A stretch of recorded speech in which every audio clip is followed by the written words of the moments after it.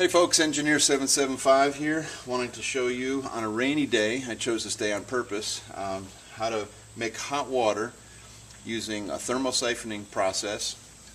The coil that I've made and bent this with ice. You can do it with sand. There's a video I've done on this project.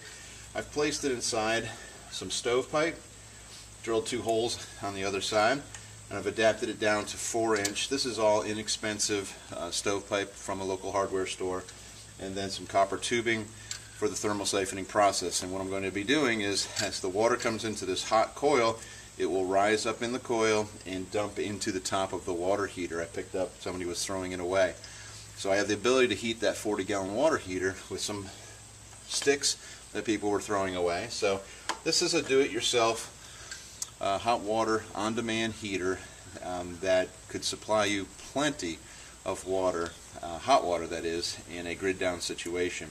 So let's get her started. It's raining, it's starting to pick up a little bit, but I want to show you what you can do with some scraps, things that have been scavenged and things thrown away, but really focusing on what the little StoveTech stove can do for you.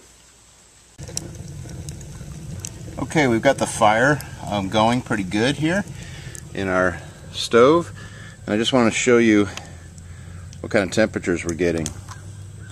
There's 540 degrees.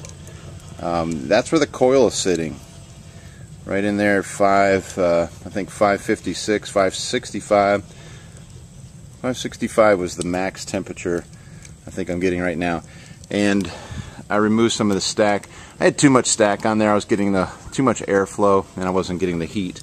I do have a diffuser plate, little cap sitting on here right above the coil to keep the heat down in this chamber, so I get a good heat exchange. Again, the cold water is coming from the bottom. Let me show you that.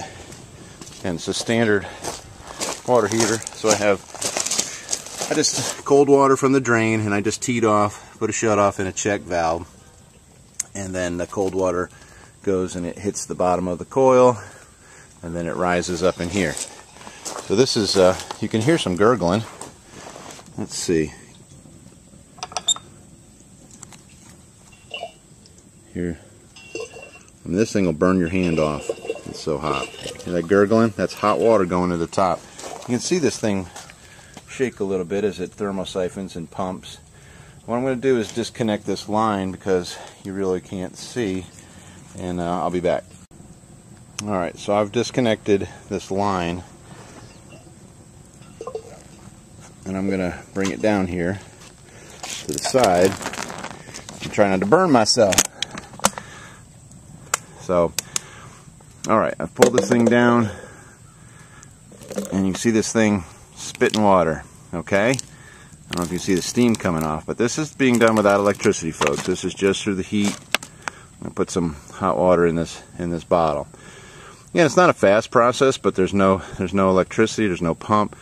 And this water, you see the steam rolling off it. It's going to melt this plastic bottle. Oh yeah. So, and that's very, very hot. So you can see my on-demand, see it's steaming. This is just a natural process. And this, I don't know if you see the steam coming off it, but that is hot. That water was about 180 degrees. So, yeah, this can be a little dangerous, but you need hot water for your dishes or for laundry. And this thing is just pumping away. There goes a little steam. So it's kind of like an old coffee pot. We're just percolating here. You feed a little wood in. Let that thing burn. And there's no electricity on here, folks. It's just pumping water by using heat. I think you can see the steam coming off. So it would take a little while, but half hour, and it's all up to how good a fire stoker you are, but I can heat that water heater up in about 30 minutes.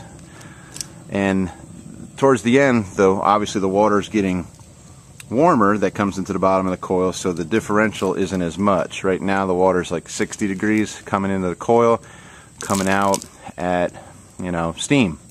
See the steam coming off, real hot water coming off of there.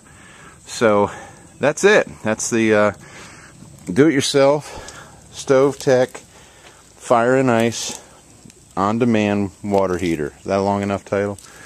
Okay, I think that's it. So we're just pumping water. So as long as you have a container of water and you hook up a thermal siphon to a heat source, you would have hot water. And it's an often overlooked prep for those preparing. Some people spend a lot of money doing solar hot water heaters on demand. You got propane. You know me, I love the wood and water, and you can do just about anything you need. Alright, I think that's enough. I hope I explained it well enough. Go back and look at the bending the copper tubing with ice. Still tweaking this to get some better output. I'm going to step up the copper tubing. This is 3/8. If I did it in 1/2 inch, I would get probably 40% more hot water.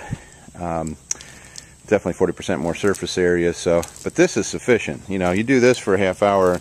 Again, you're mixing this. If you mix that with some cold water, you're in good shape. But again, this thing is pumping without power.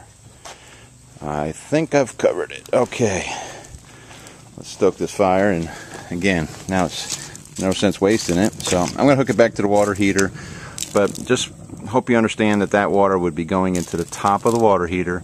The cold water would be coming out, and it would keep doing that until that tank equalized or normalized to, as long as you have that fire going, it would ultimately just keep going up and up and up in temperature until the pop-off blew. So be careful when you're doing these things. This is the way people used to heat water. Engineer 775 signing off.